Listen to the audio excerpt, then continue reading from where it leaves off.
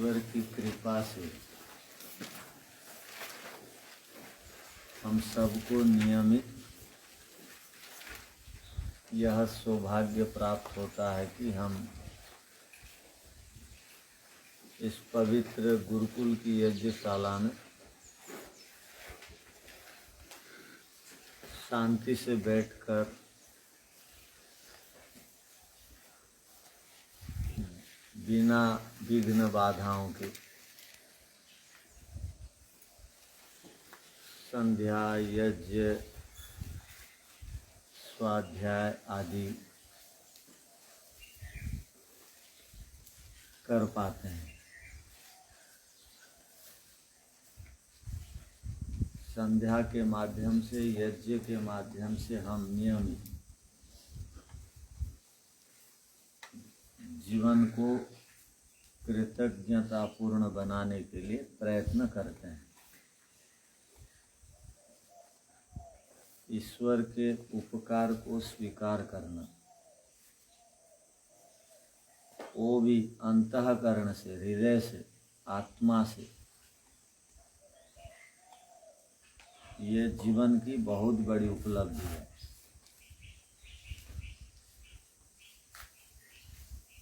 और शांति से ईश्वर के विषय को चिंतन का, मनन का, विचार का विषय बनाना, ये भी जीवन की बड़ी उपलब्धि है। और सबसे बड़ी उपलब्धि है ईश्वर के गुणों को अपने व्यवहार में उतारना, वैसे बनने के लिए प्रयत्न करना। आर्याभिविनय ग्रंथ को हम पढ़ रहे हैं। आर्याभिविनय ग्रंथ का अर्थ होता है आर्यों का अभिविनय। ईश्वर के प्रति हमारे अंदर किस प्रकार की भावना होनी चाहिए, हम ईश्वर के प्रति किस प्रकार विनम्रता का भाव रखें।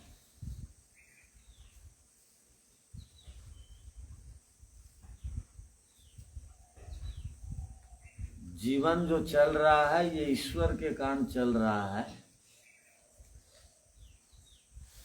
और हमने इस मनुष्य जीवन को प्राप्त करने के लिए पुरुषार्थ किया था, तो ईश्वर हमको ऐसी व्यवस्था बना रखें कि हमको मनुष्य का शरीर प्राप्त हुआ। हमारा भी उसमें योगदान है, किंतु सर्वाधिक योगदान, मुख्य योगदान ईश्वर का है। आर्याभिविनय ग्रंथ को पढ़ने से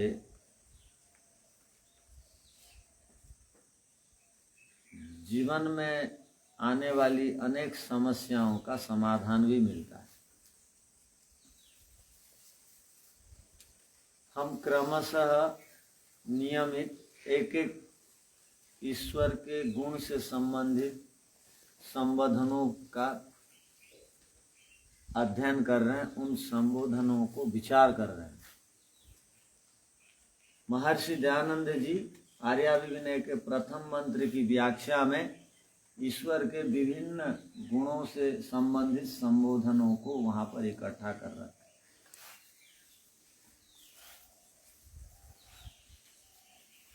तो प्रथम मंत्र आरंभ ही नहीं हुआ है और इतने सारे संबोधनों को वहां ईश्वर के प्रति अपनी भावनाओं को प्रकट करने के लिए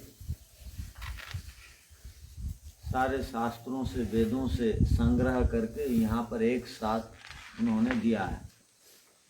आज हम क्रम प्राप्त मान्यप्रद शब्द पर विचार करेंगे। ईश्वर को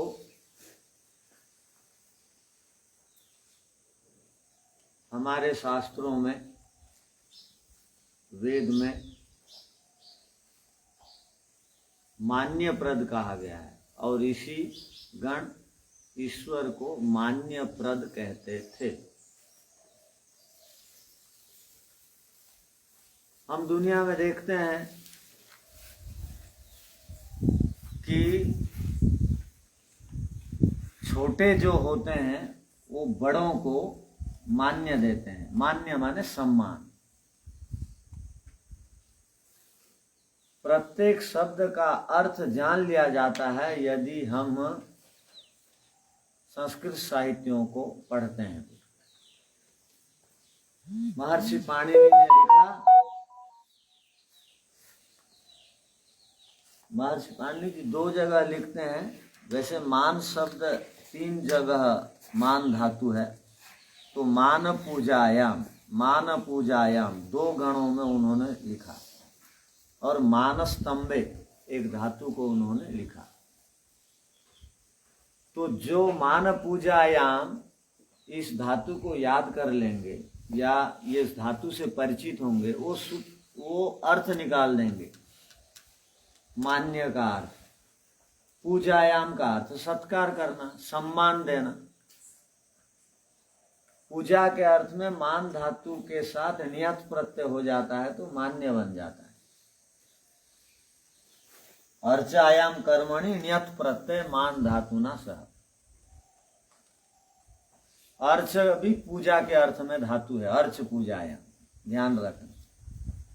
तो मान्य का अर्थ क्या हो गया? सत्कार करना, सम्मान देना। तो हम अब तक सुनते आ रहे थे, जो योग्य आदमी है, जो हमसे बड़ा है, उसको हमको सम्मान करना चाहिए, अर्थात उनकी हमें पूजा करनी चाहिए। जो हमसे बड़े हैं, गुणों में श्रेष्ठ हैं। किंतु ये बात तो नहीं समझ में आएगी जल्दी कि ईश्वर के गुण कर्म स्वभाव से अधिक किसी भी दुनिया में किसी भी मनुष्य का गुण कर्म स्वभाव अधिक है क्या? ईश्वर के गुण कर्म स्वभाव के समान किसी भी मनुष्य का गुण कर्म स्वभाव हो सकता है? नहीं हो सकता। तथापि ईश्वर को देखिए, ईश्वर मान्यप्रद है, वो हमको सम्मान देते हैं। प्रद, द धातु देने के अर्थ में आता है। प्र माने उत्तम, छोटा मोटा सम्मान नहीं देते हैं ईश्वर, छोटी मोटी पूजा नहीं करते हैं हमारी वो। प्रद माने उत्तम रूप से, उत्कर्ष रूप से, प्रकर्ष रूप से। प्रकर्ष कहते हैं उत्कृष्ट। अवहेलना करते हुए हमारा सम्मान नहीं देते हैं, दुत्कारते हुए नहीं देते हैं। हमको यदि कोई बार बार मांगता है तो हम परेशान हो जाते हैं। मजबूरी से देते समय क्या बोलते हैं? तुम क्या बार बार मांगते रहते? अपना कुछ पुरुषार्थ नहीं है क्या? कुछ करना नहीं, धरना नहीं, केवल मांगते रहना। देते हैं किंतु दुत्कारते हुए या मन से अश्रद्धा भाव से देते हैं, अवहेलना करके देते हैं। आ गया ले जा, फेंक दी। किंतु ईश्वर ऐसे नहीं है, वो देने वाले हैं। प्रद का अर्थ उत्तम रीति से देते हैं, बिना दुत्कारते हुए देते हैं, बिना अवहेलना किए देते हैं। क्या देते हैं? सम्मान देते हैं, मान्यमान। हमारी वो पूजा करते हैं, जबकि उनके गुण कर्म स्वभाव के अनुसार हमारा गुण कर्म, हमारी योग्यता हो ही नहीं सकती है। तथापि ईश्वर को देखिए तो ऋषियों ने कहा मान्यप्रद। कितनी बड़ी बात यहाँ पर बताएगी। हम किस प्रकार की मान्यता देते हैं? मान का अर्थ क्या है? पूजा करना। पूजा का अर्थ क्या है? सत्कार करना। हम सत्कार कैसे करते हैं? यहाँ अतिथि आए गुरुकुल में तो हम क्या करते हैं? फूलमाला पहनाते हैं। हम फूल को पेड़ों से नहीं तोड़ते हैं गुरुकुल वाले, इसलिए हम वो खरीदा हुआ वो मोती माला आदि जो मिलते उसको दे देते हैं। वैसे फूलमाला नहीं पहनानी चाहिए किसी सशरीरधारी को। वो फूल और 2-4 दिन रहेंगे तो प्रकृति में बास देंगे, सुगंध देंगे। पर्यावरण प्रदूषण आदि दूर करने में फूलों का भी योगदान है। इसलिए जीवंत फूलों को नहीं तोड़ना चाहिए। वो यदि बिल्कुल खिले हुए हैं और स्वतः नहीं गिर जाते हैं तब तक नहीं तोड़ना चाहिए। वैसे समिधा आदि भी वृक्षों की डालियां जब सूख जाती हैं, शाखाएं टूट जाती हैं, वो उन वृक्षों से समिधा बनानी चाहिए। ऐसे विधान जीवंत पेड़ को काट करके समिधा नहीं बनानी चाहिए यज्ञ के लिए। और आम पेड़, पीपल पेड़ आदि का नियम है, कई बार वो अपने आप स्वतः बड़े वृक्ष से डालियां सूखती रहती हैं, वो ईश्वर को ही पता है ये यज्ञ करेंगे, तो डालियों को काट काट करके हम सुखा सुखा करके वो यज्ञ में समिधाओं को प्रयोग करते हैं। तो यहाँ क्या कहा, मान्यप्रद। कोई हमारे यहाँ अतिथि आते हैं तो हम क्या करते हैं, उनको हम फूलमाला दे करके, अंग वस्त्र दे करके, हमसे ऊंचे स्थानों में बैठा करके और उनकी प्रशंसा करके और उनको बाजा गाजा के साथ नाच करके ला करके उनको हम क्या करते हैं, पूजा करते हैं, मान्यता देते हैं, सम्मान देते हैं, सत्कार करते हैं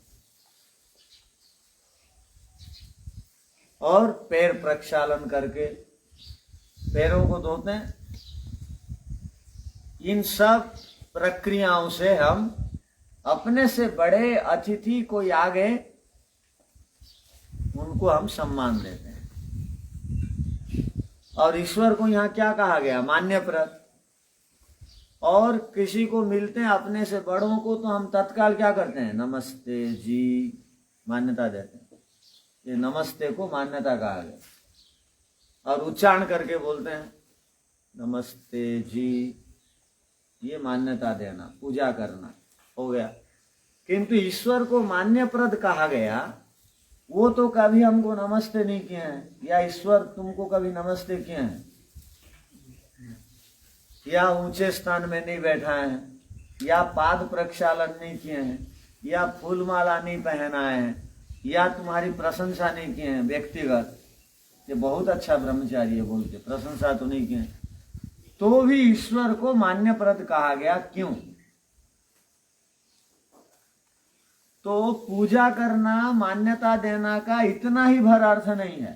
मान लो एक अतिथि आपके यहाँ आए, आप उनको जो है नमस्ते कर दिए और फूलमाला एक दे दिए, और वो यदि महिला विदुषी है तो उनको एक साड़ी दे दिए, और पुरुष है तो धोती दे दिए या अंग वस्त्र दे दिए मान लो, और वो घर में आ गया बैठा और उसको पानी नहीं पूछे, उसको भोजन नहीं पूछे, उनसे बातचीत नहीं किए, उनसे सुख दुख नहीं हुए, तो वो क्या कहेगा, बहुत बढ़िया सम्मान देने वाला ये अतिथि निकला, बोलेगा ना?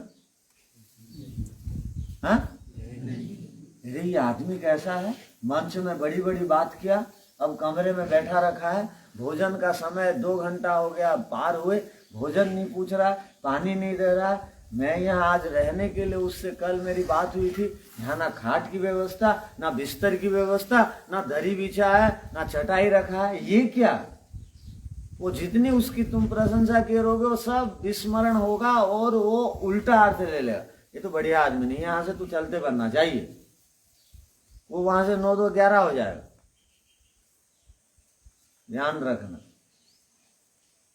तो सम्मान का अर्थ इतना ही सम्मान का अर्थ नहीं है कि नमस्ते करना, फूलमाला पहनाना, पाद प्रक्षालन करना, जय घोष करना, प्रशंसा करना, यही नहीं है सम्मान का अर्थ।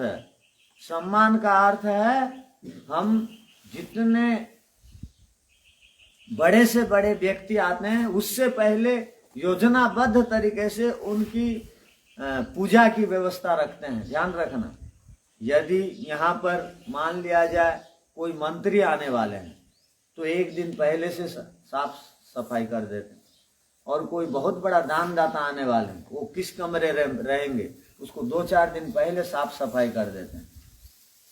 और यदि मुख्यमंत्री आने वाला है तो कहना ही क्या, और अधिक साफ सफाई करते हैं, वो पूरे वो रोड से लेकर के यहाँ तक आधा किलोमीटर। और मान लो प्रधानमंत्री आने वाले हैं तो पूरा नुआपड़ा जिला हेडक्वार्टर से साफ सफाई, बैनर पोस्टर आदि लगाते हैं। बड़े आदमी की योग्यता और पद प्रतिष्ठा आदि के अनुसार हम मान सम्मान देते हैं दूसरों को। और सामान्य एक अतिथि आया 200 रुपया 200 रुपया दान देने वाला, उसको हम वो भोजनशाला ले लेते हैं, बैठा देते हैं, चलिए बैठिए, भोजन का समय हो गया बोलते हैं।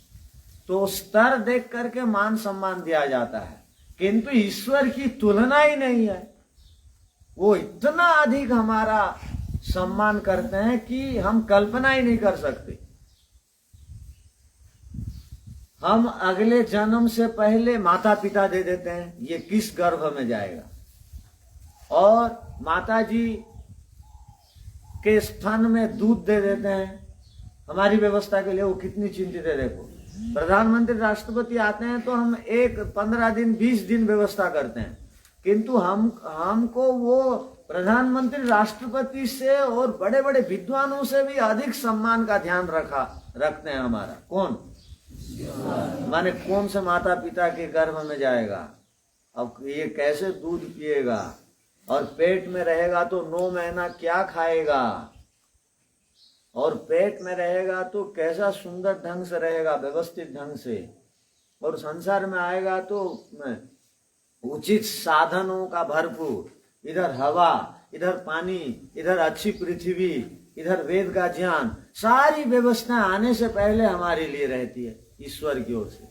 और अब भी जीवित हैं तो ऋतु ऋतु में नए नए फल, कहना ही क्या, ऋतु ऋतु में नया नया फल और नए नए अन्न, हरेक ऋतु में अलग अलग प्रकार के खाद्य पदार्थ, और अलग अलग मौसम में अलग अलग प्रकार की व्यवस्थाएं।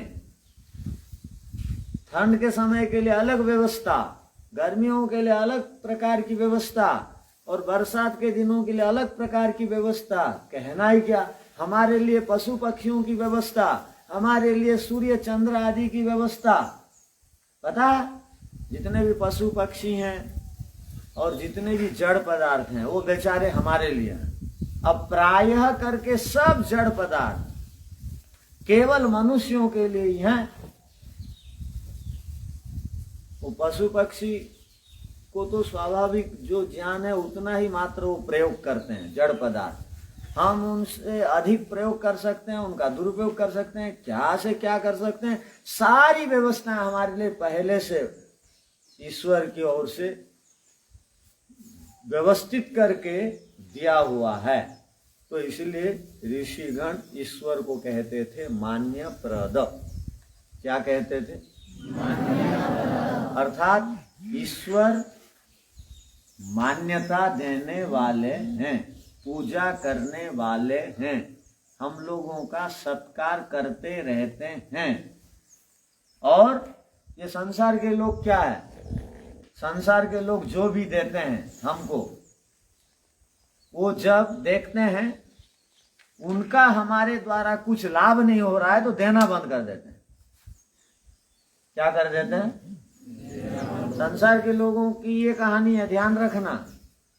यदि वो किसी उद्देश्य को लेकर के देते हैं और जब उनका उद्देश्य पूरा हो गया या वो देखते हैं मैं दे रहा हूं उससे मुझे कोई लाभ ऐसा नहीं मिल रहा, वो सोच नहीं पाते हैं नहीं मिल रहा है, ऐसा सोचना तो नहीं चाहिए, मिलता है, देने वाले कभी अभाव में नहीं रहते हैं। ऐसे सोच के लोग उपकार बदले में नहीं मिलने पर देना बंद कर देते हैं। किंतु ईश्वर देखिए तो, ईश्वर को हम उनका नाम ले ना ले, उनकी आज्ञा माने ना माने, तो भी वो दिए जा रहे हैं। इसलिए तो हम बोलते हैं दाता रे हर पल दे जाता है। क्या बात है, दाता रे हर पल देता जाता रे, बिना मांगे दिए जा रहे हैं। हम उपकार करें चाहे ना करें, हम उनको माने चाहे ना माने, वो हमको मान्य दे रहे हैं, सम्मान दे रहे हैं, हमारी वो पूजा कर रहे हैं, हमारे लिए वो सत्कार कर रखे हैं, और हमको वो बहुत मान्यता देते हैं, छोटी मोटी मान्यता नहीं देते हैं। हम या पूरे भारत के लोग राष्ट्रपति और प्रधानमंत्री को जितना सम्मान देते हैं नहीं दे पाते हैं, उससे भी अधिक यदि ईश्वर की ओर से हमको यदि कुछ मिलता है तो वो बड़ा सम्मान है और बड़ी पूजा है। तो ईश्वर हमारे लिए इतना अधिक ध्यान देते हैं। कितना अधिक देते हैं हम उसको विचार कर रहे हैं। और हम ईश्वर से क्या सीखेंगे कि ईश्वर देते हैं, मान्यप्रद हैं, बदले में कुछ बिना चाहे देते हैं। और ईश्वर देते हैं, आवश्यकताओं की पूर्ति करते हैं और मन में हित की भावना रख करके देते हैं। ये और एक बड़ी बात, मन में हित की भावना रख करके देते हैं। माने ऊपर ऊपर से देते नहीं है ईश्वर, अंदर से भी हित चाह करके, अवहेलना बिना किए, बिना दुत्कारे, बिना निंदित किए देते रहते हैं। इसलिए वो मान्यप्रद हैं। ध्यान रखना, वो मान्यप्रद क्यों है? वो नियमित इसी प्रकार देते रहते हैं, देते रहते हैं। कई बार हम लोग देखते हैं कि जो निर्बल है, जो दीनहीन है, संसार के लोग यदि उनको देते हैं तो बीच बीच में बोलते रहते हैं, ए तुम ऊपर उठ सकते थे क्या? तुम पढ़ाई कर सकते थे क्या? तुमको कोई पूछता क्या? मैं यदि तुमको नहीं देता तो। बीच बीच में वो देने वालों को बोलते रहते हैं, ए सुनो, तुमको मैं इतना देता हूँ, तुम मेरे लिए बड़े हुए, पता है? तो लेने वाला बेचारा निंदित, अपमानित होते रहता है। बोलने वाला बोलते रहते हैं, ए मैं नहीं देता तो तुम बनते, मैं नहीं ये सहायता करता तो तुम ऊपर उठते, मेरे लिए तुम बढ़ रहे हो कि नहीं, मैं नहीं करता तो तुम कुछ कर सकते थे। बीच बीच में हम याद दे दे करके वो बेचारा लेने वालों को हम अपमानित करते रहते हैं। वो बेचारा ले करके सोचते रहता है, मैं यदि समर्थ होता तो नहीं लेता, इससे ऐसा सोचते रहेगा वो। और ये बोलने वाला बोलते रहता है, बीच में उसको चुभने वाली बात कहते रहता है।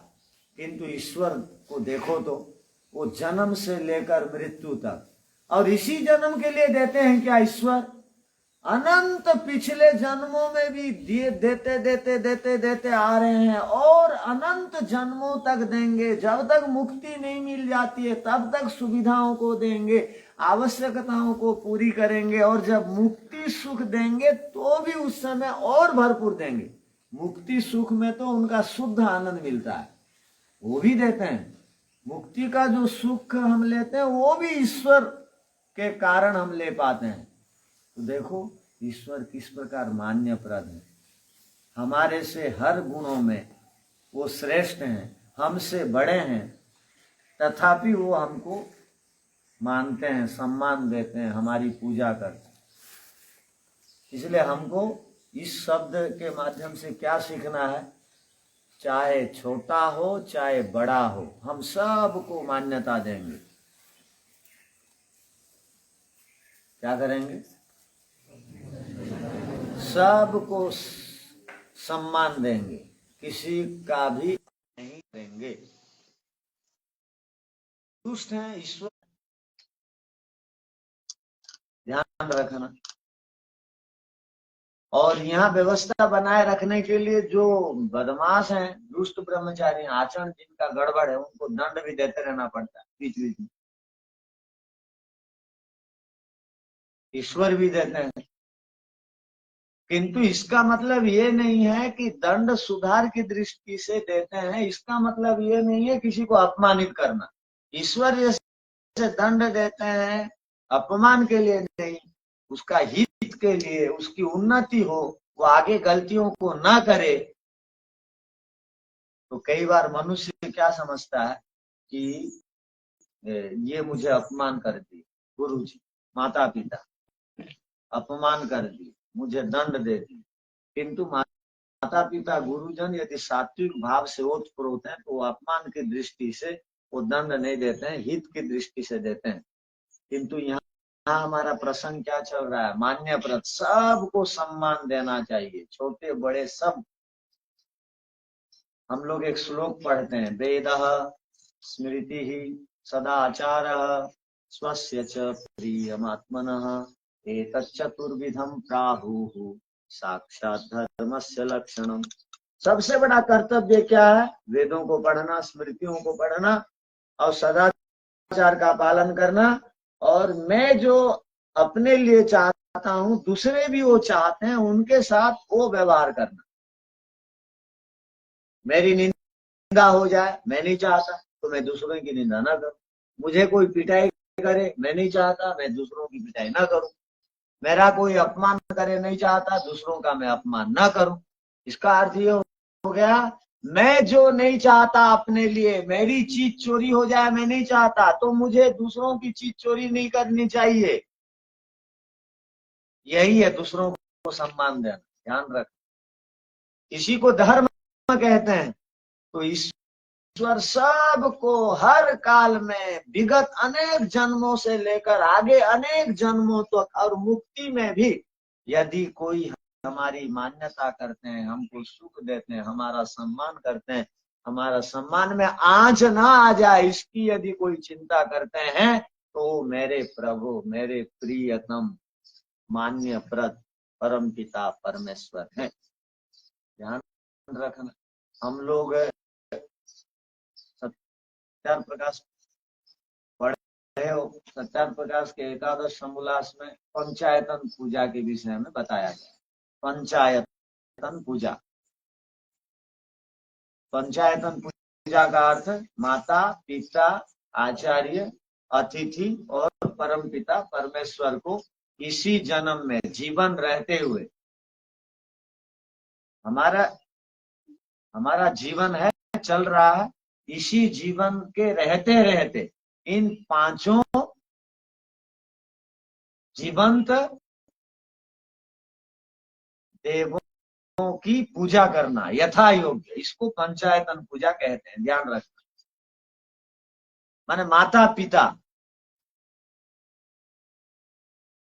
और आचार्य और अतिथि और परमपिता परमात्मा।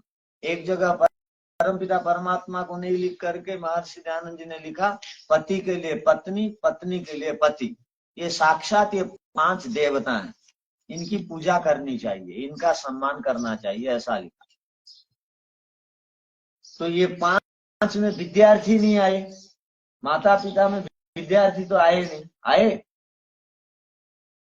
गुरु भी नहीं है विद्यार्थी अभी, और वो अतिथि भी नहीं है। अतिथि उनको कहते हैं जो विद्वान है, अकस्मात घर गए तो उनका सम्मान करना। वो परमपिता परमात्मा भी नहीं है, वो परमपिता परमात्मा को थोड़ी देर के लिए हटा देते हैं तो वो पति पत्नी भी नहीं बना है।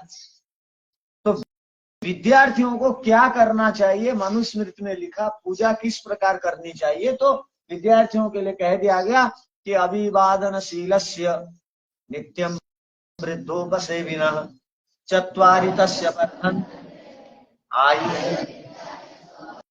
आयु विद्या यश और बल। ये चार चीजें बढ़ती हैं अभिवादन शील वाला बनने से। शील माने जो स्वभाव से अभिवादन करने वाला हो जाता है, अर्थात दूसरों को सम्मान। स्वभावशील माने स्वभाव जिसका हो जाता है। कई बार दो प्रकार के लोगों के पास स्वभाव रहते हैं, एक अभिमान वाला स्वभाव, एक विनम्रता वाला स्वभाव। अभिमान वाला स्वभाव वाला आदमी क्या देखेगा पता है? वो दूसरे पहले नमस्ते करना शुरू करने के बाद मैं नमस्ते बोलूंगा, वो बिना हाथ बिना हटाए मैं नहीं करूंगा। वो पहले नमस्ते उसको करने दो ना, उसके बाद मैं करूंगा। उसने कह दिया नमस्ते जी, इसने कहा नमस्ते। किंतु जो विनम्रता भाव स्वभाव वाला है, वो पहले ही, वो छोटा हो बड़ा हो सबको देखते ही नमस्ते नमस्ते नमस्ते कर। इसको कहते हैं अभिवादनशील स्वभाव वाला। ईश्वर बिना हिचकिचाए हमारे से सब गुणों में बड़े हैं, तथापि दिन रात वो हमारा सम्मान कर रहे हैं। हम कौन होते हैं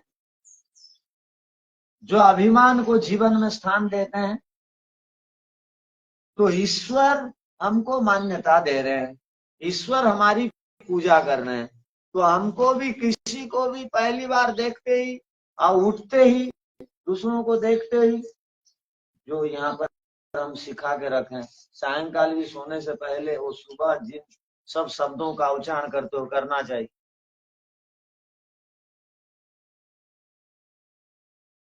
किम वदत प्रातः काले, नमो ओंकारेभ्य ऋषिभ्यो देवेभ्यो मातृभ्यो पितृभ्यो आचार्यभ्यो ज्येष्ठ कनिष्ठ भातृभ्यश्च। ये सुबह उठते ही हम बोलते हैं, और शाम को सोने से पहले भी यही बोलना चाहिए, नमो ओंकारेभ्य ऋषिभ्य। तो ये सारे शब्दों का उच्चारण होना चाहिए सोने से पहले भी। तो विनम्रता का भाव रहेगा तब हमको कहा जाएगा अभिवादनशील वाला है ये। और अभिवादनशील स्वभाव को रखने से वो चार चीजें बढ़ती हैं, आयु विद्या यश और बल।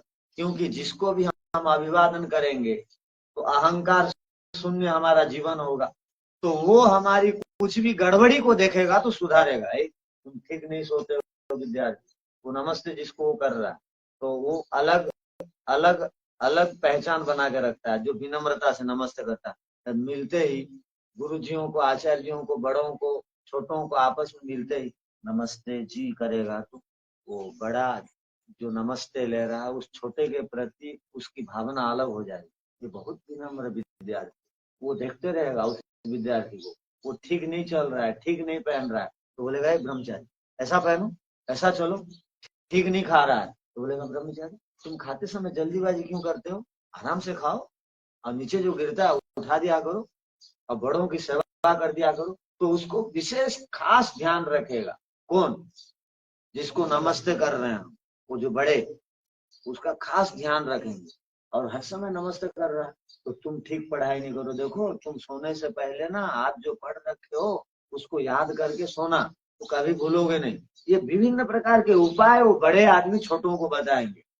जो अधिक विनम्रता और जो ऐसा चलता है अभिमान से युक्त चलता है, किसी को देख के नमस्ते नहीं करता है, धूल उड़ा करके चलता है, हाथी के चाल चलता है, वो गिरता है। वो हाथी अपने आप को बहुत बड़ा मानता था, तो उसको शिकारी पकड़ने वाले जो है पत्ते को ऊपर ऊपर रख दिए, वो बड़ा शान से ऐसे ऐसे गया, वो गड्ढा में गिर गया। तो कहने का अभिप्राय, हमको वो गज के भांति, हाथी के भांति अभिमान को जीवन में स्थान नहीं देना। विद्या विनय में शोभते, विद्या विनम्रता से शोभा को प्राप्त करे, वो पुष्पित पल्लवित होती है विद्या। ईश्वर जब हमको हर समय मान्यता दे रहे हैं, हमारी पूजा कर रहे हैं, हमारा सत्कार कर रहे हैं, तो हमको ईश्वर से यही सीख लेना है कि हम सब दुनिया वालों को मान्यता देंगे, हर प्राणी की पूजा करेंगे, किसी की भी अवहेलना नहीं करेंगे, किसी को भी नहीं दुत्कारेंगे। हमारे से जो बनता है बलि वैश्व देव यज्ञ के माध्यम से दूसरे प्राणियों की सेवा करेंगे, अतिथि यज्ञ के माध्यम से दूसरे प्राणियों की सेवा करेंगे, और पितृ यज्ञ के माध्यम से दूसरे प्राणियों की सेवा करेंगे। और राष्ट्र की सेवा हम अपने पुरुषार्थ से राष्ट्र में रहने वाले लोगों की, उनकी सेवा हम करेंगे। तो जब हम उपनिषद में पढ़ते हैं ना, मातृदेवो भव, पितृदेवो भव, आचार्य देवो भव, अतिथि देवो भव, तो हमारे और आचार्यों ने कहा राष्ट्र देवो भव, राष्ट्र को भी देवता मानो। मातृभूमि जननी जन्म भूमिश्च स्वर्गादपि गरीयस, ये जननी और जन्मभूमि स्वर्ग से भी बड़े हैं, इनकी रक्षा के लिए, इनके मान सम्मान में आंच न आए, कोई इसकी संस्कृति को ना मिटा दे, इसकी सुरक्षा के लिए हम सब कुछ आत्म बलिदान देने वाले बने। तो कहने का अभिप्राय, इस एक शब्द में कितने गूढ़ रहस्य भरे हुए हैं। इन सब रहस्यों से हम यदि परिचित होंगे, हमारे जीवन में विनम्रता का भाव दिखाई देगा। ना तो फुटबॉल बने रहेंगे, फुटबॉल को सब लात किक मारते हैं। फुटबॉल ने किसी से पूछा, भाई मुझे सब क्यों लात मारते हैं, वॉलीबॉल को तो नहीं मारते हैं, वो सिर में हाथ में उसको चलाते हैं, अब मुझे क्यों लात मारते हैं, सब किक मारते हैं।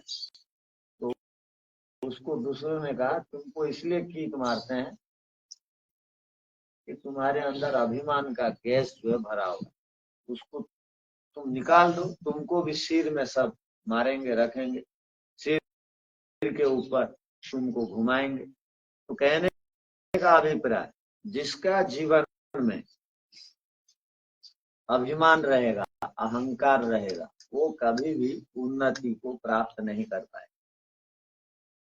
इसीलिए हमको इस एक शब्द से बहुत सारी सीख लेनी और हमारा जीवन को वैसा ही बनाना जैसा इस शब्द के माध्यम से कहा गया। तो ईश्वर हमारे लिए सतत हमारे सम्मान में आंच ना आए, हमारी हानि ना हो, हमारी अवहेलना ना हो, हमारा अहित ना हो, इसलिए वो हर समय हमको विभिन्न पदार्थों को दे दे करके हमारा सत्कार करना। तो ऐसे सत्कार करने वाले, ऐसे हमारे लिए सोचने वाले, ऐसे हमारा हित करने वाले, ऐसे हमारी उन्नति के लिए 24 घंटा लगे रहने वाले ईश्वर को हम कभी भी ना भूलें। उनके प्रति हम अधिक से अधिक कृतज्ञता का भाव को प्रदर्शन करें, रखें, हृदय से उनको स्वीकार करें।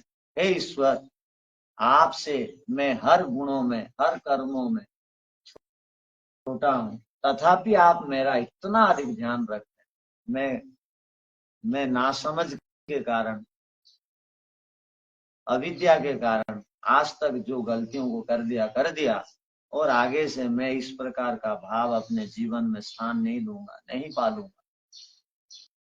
इस प्रकार यदि हम विचार को सात्विकता पूर्ण बनाएंगे तो ईश्वर की विशेष विशेष कृपाएं हमारे ऊपर प्राप्त तो हो रही हैं, अनुभूति करेंगे और उनसे हम लाभों से परिचित होंगे और लाभान्वित होंगे, हमारा ही भला हो। तो इन्हीं शब्दों के साथ सब हमारे साथ ऑनलाइन के माध्यम से जुड़े हुए सभी पूज्य मातृशक्ति को और धर्म प्रेमी सज्जनों और यहाँ पर हमारे सभी ब्रह्मचारी और अतिथिगण आदि सभी उपस्थित हैं, हमारे आदरणीय